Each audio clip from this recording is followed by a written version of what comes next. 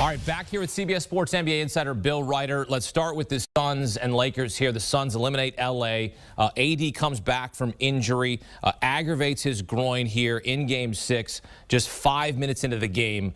When that happened, you were thinking what?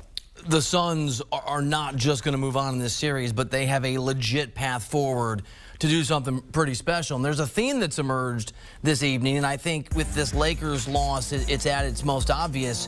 Doesn't matter who you are, doesn't matter how talented you are. LeBron James, Damian Lillard, in this case LeBron, you have to have a co-star. Devin Booker was incredible. He was the best player on the floor, but that certainly aided a little bit, Akeem, by the fact that Chris Paul was out there with him. The moment Anthony Davis went down, it doesn't just jeopardize what the Lakers want to do, it jeopardizes who LeBron James wants to be, because one star, even LeBron, it's not enough in 2021. Clearly not enough. LeBron had never lost a first-round series in his 18-year career. Couldn't carry this Lakers squad.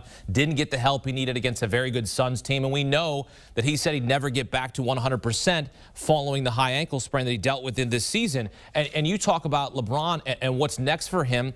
You know that he's going to come back next season. You know that he's going to try to rally this team. But what does this first-round exit mean for LeBron? Yeah, we both covered LeBron James. And so we've both been around the naysayers. I've been the naysayer sometimes who says, oh, this one's over. LeBron's over the hill. Maybe age is showing. This has happened in the NFL with Tom Brady.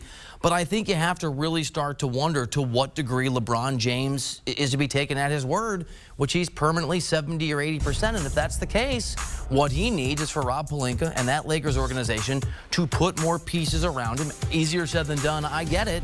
Anthony Davis is great, but the greatest ability is availability. LeBron is the poster child for that. If Anthony Davis can't be reliable, if the roster can't gel because guys are injured, they're not going to be able to do things they want. As LeBron, I think fairly gracefully, but as he ages, and maybe that aging process really began to be front and center in this series. Lakers are the 6th defending champ in league history to lose in the first round of the playoffs the following season.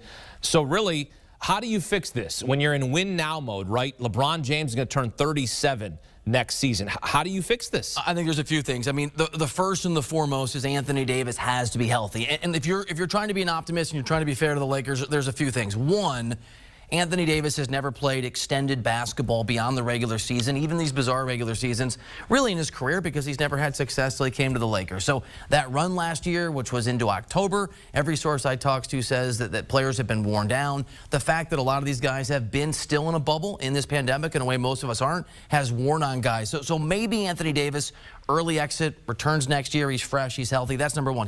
He's got to be healthy. And Rob Pelinka has to put a roster around these guys that can be effective. They were great defensively.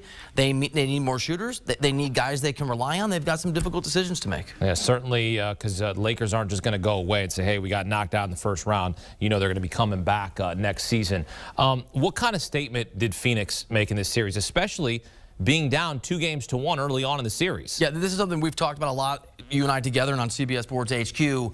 The Suns are, by every standard, how they did this year, who their head coach is, the fact Chris Paul's out there, that Devin Booker's a legitimate star. If you want to get into some of the analytics, their offensive and defensive ratings, some other things, they're a top 3 or 4 team in the NBA. They should have been taken seriously as a contender at the start of this postseason.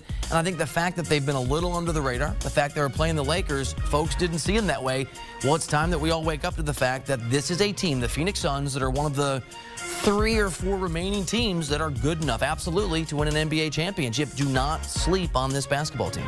We were not sleeping on them, for sure, because they can shoot lights out for sure. And now the Suns will meet the Want a sports network that delivers everything that matters about the game? The highlights, the picks, the instant analysis. No yelling, no fake debates, no politics. Hit the subscribe button and never miss a moment.